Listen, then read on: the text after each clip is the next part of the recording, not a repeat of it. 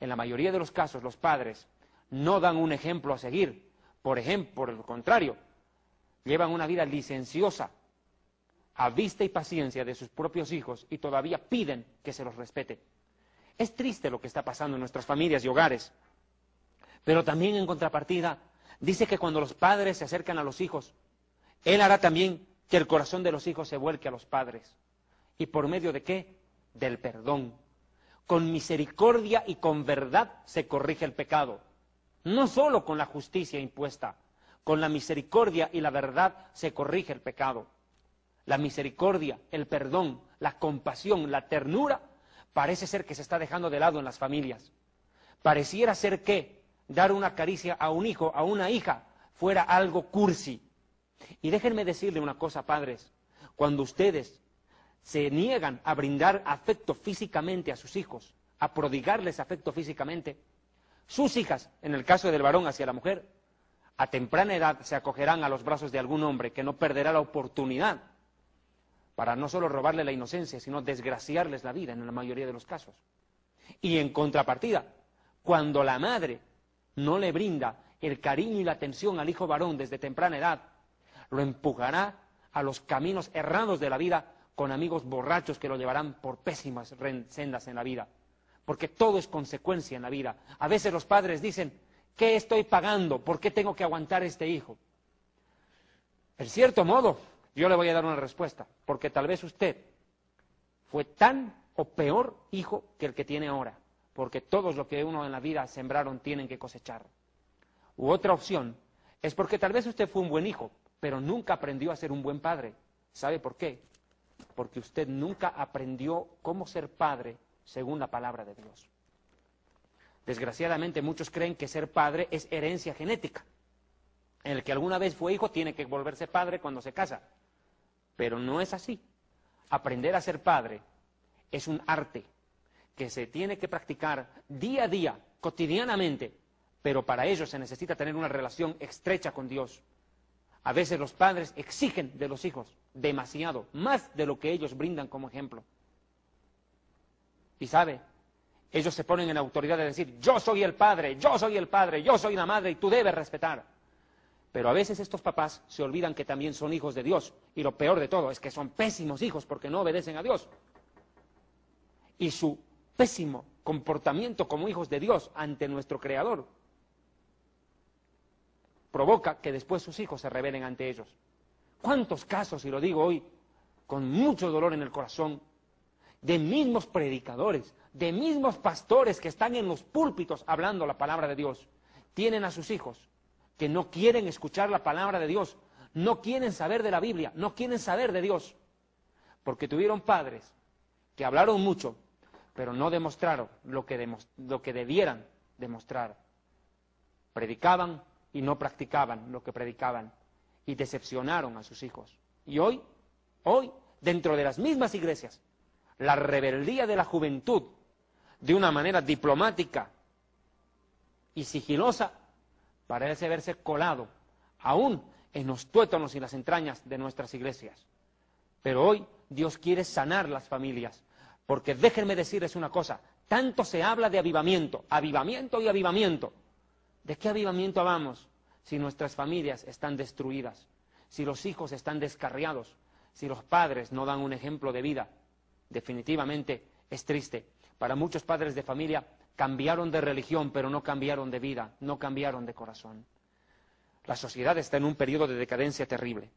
Pero cierra este versículo de Malaquías diciendo, no sea que yo venga y hiera la tierra con maldición. ¿De qué maldición habla la Biblia? Primero, yo quisiera hacer una aclaración. Fíjate, ¿qué es maldecir? Es decir mal de alguien, hablar mal de alguien o decretar el mal contra alguien. Y Dios está en la capacidad de bendecir o de maldecir.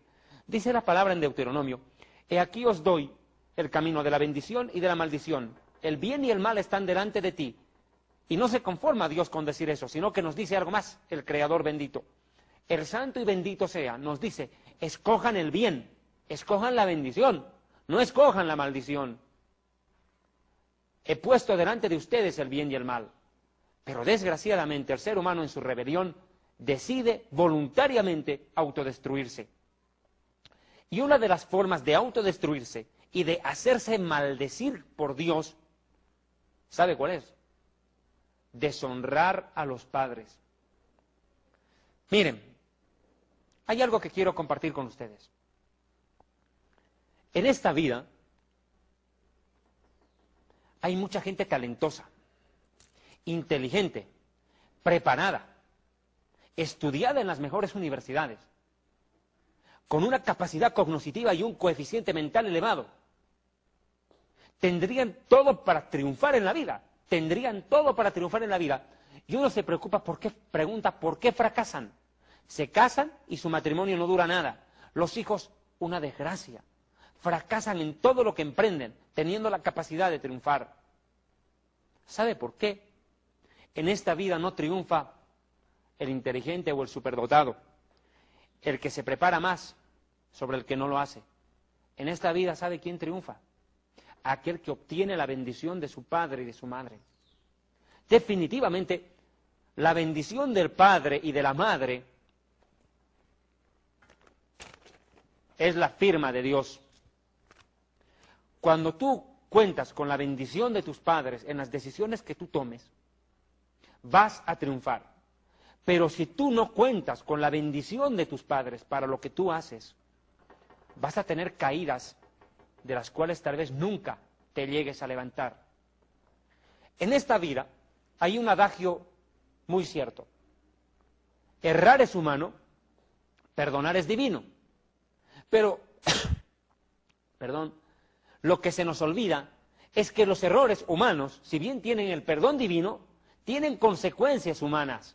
Y en muchos casos, las consecuencias, lo repito una vez más, duran de por vida y cuestan muchas lágrimas y dolor y no se pueden superar fácilmente.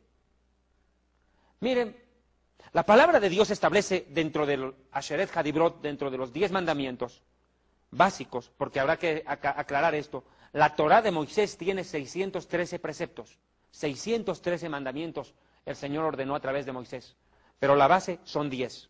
Sería como la constitución política de Dios, del reino de Dios. Dice la palabra del Señor en Éxodo 20, Shemot capítulo 20, verso 12. Honra a tu padre y a tu madre. Mire, para que tus días se alarguen en la tierra, que Adonai el Señor te da. ¿Por qué hoy en día a veces los hijos prefieren buscar la bendición de la mamá y no la del padre?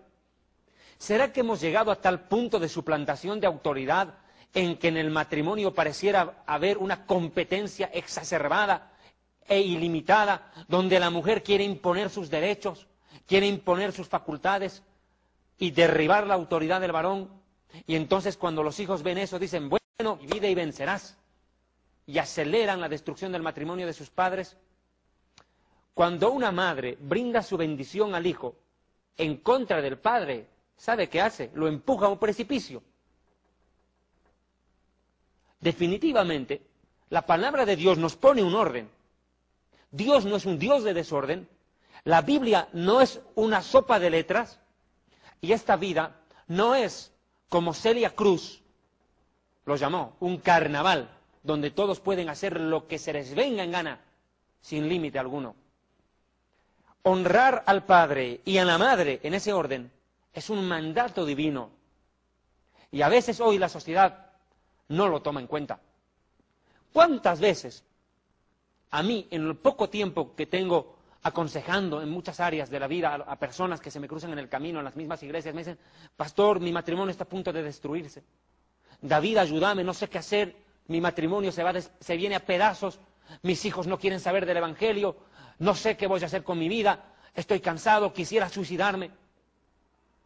Yo siempre les pregunto a ellos, cuando me vienen a pedir consejería matrimonial, las veces que lo han hecho, yo les hago una sola pregunta a los esposos. Les digo, oiga, tengo una pregunta para usted. ¿Usted antes de casarse contó con la bendición de su padre y de su madre? Y también le pregunto al cónyuge, ¿quiere que le diga algo? El 85% de los matrimonios destruidos tienen como común denominador que se casaron contra la voluntad de alguno o de algunos de los padres. Es decir, o tuvieron la aprobación del papá del novio, pero no de la novia.